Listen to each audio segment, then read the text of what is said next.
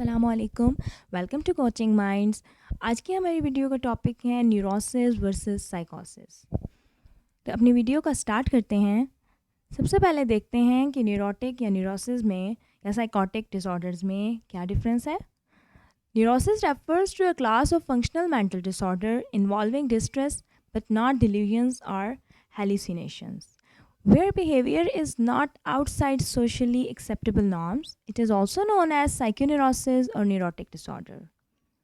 Neurosis ऐसा disorder है, इस ऐसे क्लास से बिलोंग करता है जो मेंटल डिसऑर्डर्स के क्लास है, उससे उसमें जो है उसकी वो ये कि उसमें डिल्यूजन्स या हेलुसिनेशंस नहीं होती।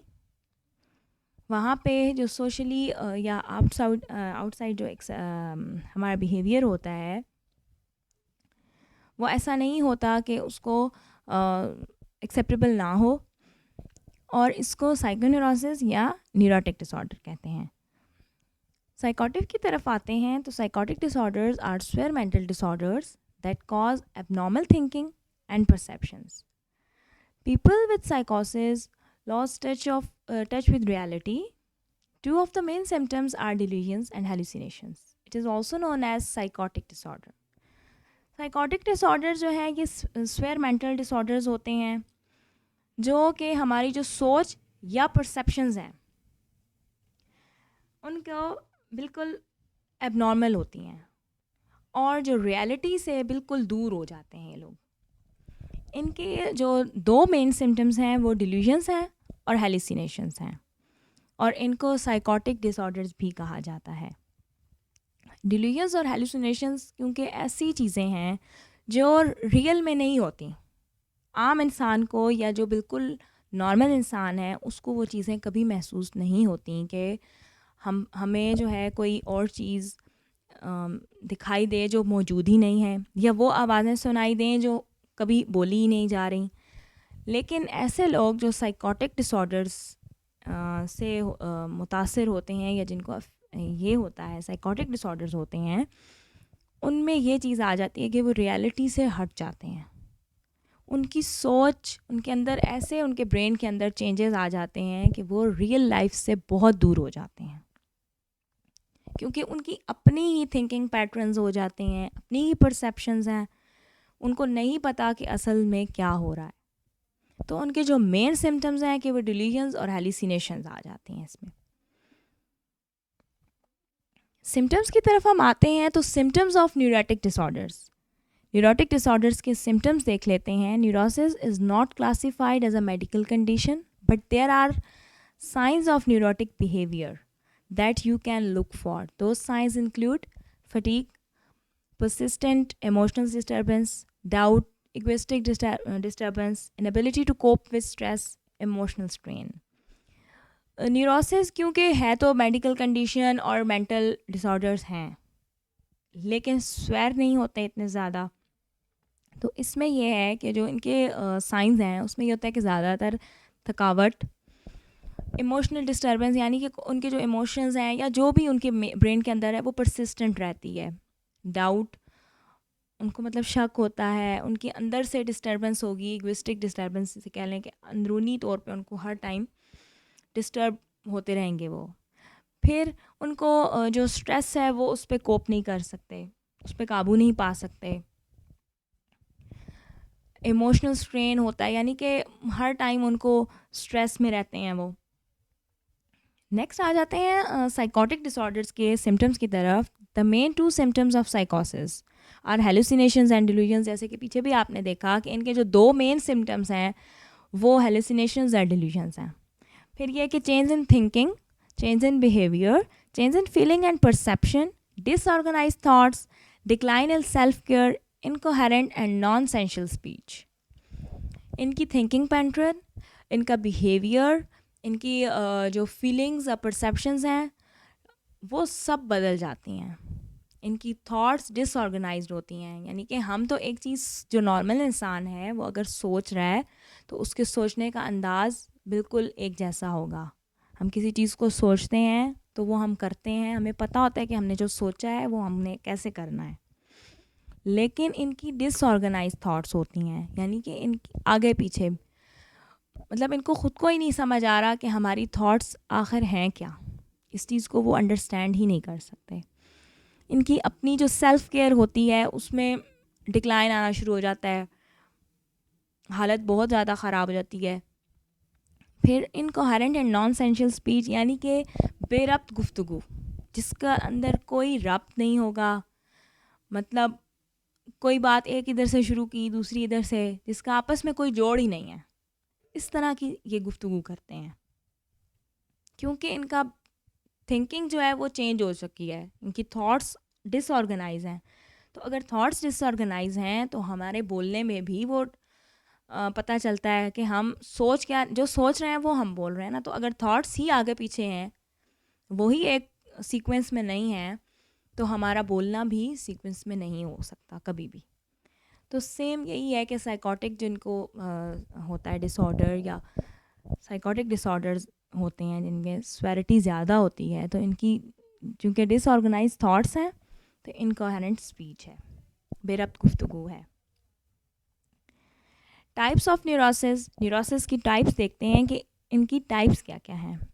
Depressive neurosis, obsessive compulsive neurosis, somatisation formerly known as hysterical neurosis, anxiety neurosis, post traumatic disorder also known as war और कम्बैट न्यूरोसिस। ये वो टाइप्स हैं। डिप्रेशन जैसे डिप्रेसिव न्यूरोसिस से आपको जाहिर हो रहा है कि डिप्रेशन से रिलेटेड है।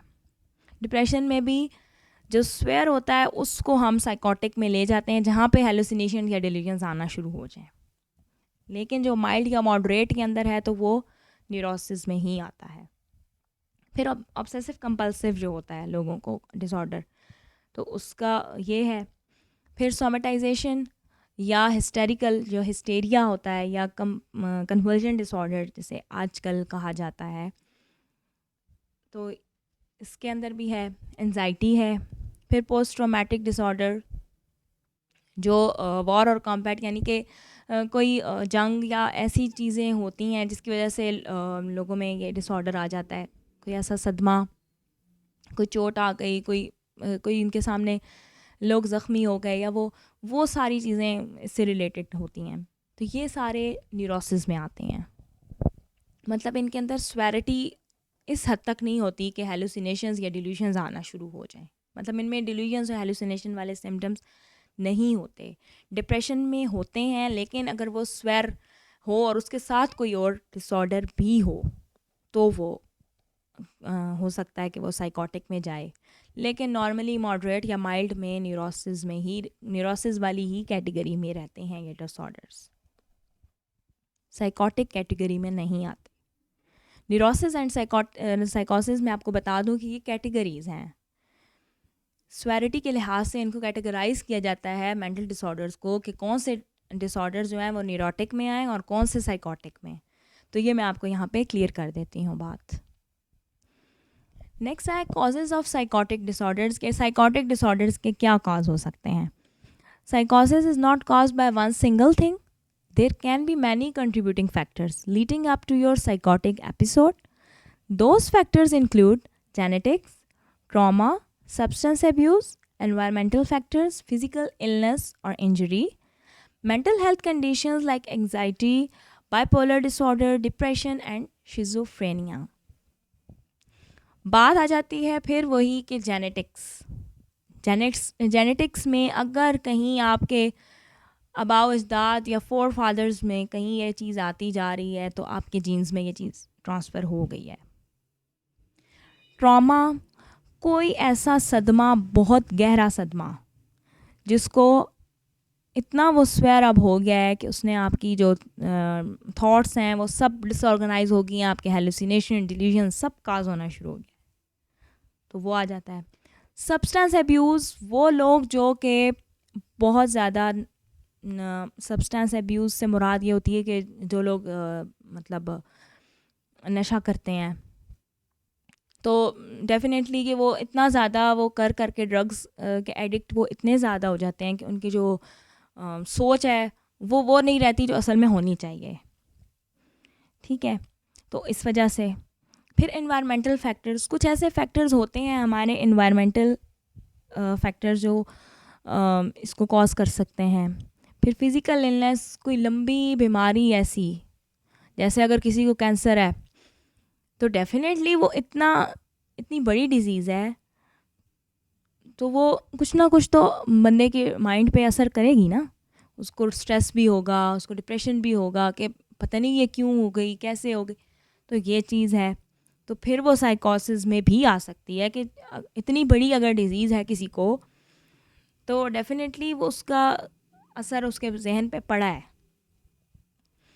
फिर मेंटल हेल्थ कंडीशंस जैसे कि एंजाइटी, मैंने आपको पहले भी बताया कि स्वेरिटी जब किसी चीज़ में आ जाए तो वो चीज़ फिर चली जाती है साइकोटिक कैटेगरी में।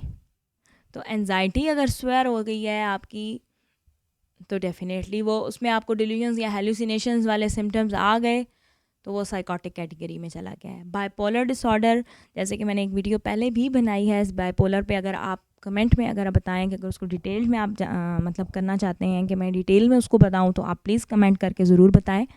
उसके बारे में मैं फिर से वीडियो बना दूंगी बाइपोलर डिसऑर्डर पे। नेक्स्ट आ जाता है डिप्रेशन। डिप्रेशन का भी मैंने आपको अभी पीछे जिक्र किया कि जब स्वेरिटी आ जाए किसी भी चीज़ में तो वो होगा। और शिज़ोफ्रेनिया वाले तो, जिनको शिज़ोफ्रेनिया है वो तो बहुत ही एक्सट्रीम होती है उनकी तो हालत, मतलब वो रियलिटी में बिल्कुल भी रियल लाइफ में उनका होता ही नहीं ना कि वो रियल लाइफ में रह रहे हैं, वो उनकी तो रियलिटी से बिल्कुल कट ऑफ हो जाते हैं। तो ये सारी जो चीज़ें हैं ये आ जाती हैं साइकोटिक डिसऑर्डर में। जब इनके अंदर स्वेरिटी आ जाएगी तो ये इसमें आ जाएंगे। ठीक है, तो ये साइकोटिक डिसऑर्डर्स कॉज करते हैं, ये कॉजेज़ हैं इस डिसऑर्डर को बनाने में। आगे हम ट्रीटमेंट की तरफ आ जाते हैं। जो ट्रीटमेंट्स न्यूरोटिक या साइकोटिक डिसऑर्डर्स के लिए होने चाहिए, बोथ न्यूरोसिस एंड साइकोसिस can be treated by a counsellor and और psychotherapist. Treatment will depend on the underlying conditions that is causing your symptoms. Most treatments include psychotherapy, cognitive behavior therapy, creative therapies और relaxation exercises. अब साइकोसिस है या neurosis है, दोनों को ज़रूरत पड़ती है, साइकोथेरेपिस्ट की भी काउंसलर की भी, मतलब इनको ज़रूरत है। ट्रीटमेंट वो वाला तो है ही है। फिर आ जाता है कि ट्रीटमेंट जो है वो डिपेंड करता है कि आपके सिम्टम्स पे जितने ज़्यादा स्वेयर सिम्टम होंगे उस लिहाज से ट्रीटमेंट किया जाता है। कुछ जो ट्रीटमेंट्स हैं उनमें जो इंक्लूड हम मतलब जो थेरेपी के हवाले से अगर हम कहें तो उसमें हम इंक्लूड कर देते हैं साइकोथेरेपी होती है, क्योंकि बिहेवियर के लिहाज से करना चाहते हैं हम तो कॉग्निटिव बिहेवियर थेरेपी, क्योंकि हमने बिहेवियर के अंदर भी काफ़ी चेंज आया हुआ होता है तो उसको हम लेके चलते हैं, उसको CBT भी कहा जाता है। फिर creative therapies and relaxation exercises, ये रिलैक्सेशन एक्सरसाइजेज़ वगैरह करवाई जाती हैं ताकि आपका माइंड रिलैक्स हो। लेकिन ये न्यूरोसिस वाले में तो सिर्फ जिनको न्यूरोसिस है या न्यूरोसिस वाली कैटेगरी में जो लोग आ रहे होते हैं उनके लिए तो ये साइकोथेरेपी या काउंसलिंग जो है वो एनफ होती है। उनके लिए मेडिकेशन इतनी ज़्यादा भी ज़रूरी नहीं होती, क्योंकि वो नॉर्मली ख़ुद पे भी अगर वो चाहते हैं कि हम ठीक हो जाएं तो वो इस चीज़ से ठीक हो जाते हैं कुछ सेशंस में। लेकिन अगर साइकोटिक है तो वो इतनी स्वेरिटी होती है कि उसके साथ मेडिकेशन या हॉस्पिटलाइजेशन ज़रूरी होती है, क्योंकि उनको अपनी लाइफ को भी वो थ्रेट होता है उनके लिए कि वो अपने आप को भी नुकसान, किसी और को तो पहुंचाएंगे ही लेकिन अपने आप को भी पहुंचाते हैं। तो उनको साथ मेडिकेशंस इसलिए उनकी ज़रूरी हो जाती है मेडिकेशन, ताकि उनके माइंड को थोड़ा सा रिलैक्स हो, ताकि उनको जो बात कही जाए या साइकोथेरेपी जब की जाए तो उनको बात समझ में आए कि अगला हमें क्या कह रहा है, उसको अंडरस्टैंड कर सकें या अपनी कुछ कंडीशंस वो कुछ बता सकें, उनके अंदर जो केमिकल चेंजेस उनके ब्रेन में आ जाते हैं वो थोड़े कंट्रोल हों। तो ये थी जी आज की हमारी छोटी सी वीडियो थी। उम्मीद है कि आपको पसंद आई होगी। अगर आपको पसंद आई है तो प्लीज़ मेरे चैनल को सब्सक्राइब करें, लाइक करें, इस वीडियो को ज़्यादा से ज़्यादा शेयर कीजिए अपने फ्रेंड्स एंड फैमिली मेम्बर्स के साथ, और बेल आइकन को प्रेस ज़रूर कर दीजिएगा। तो नेक्स्ट वीडियो तक के लिए अल्लाह हाफिज़। Thanks for watching.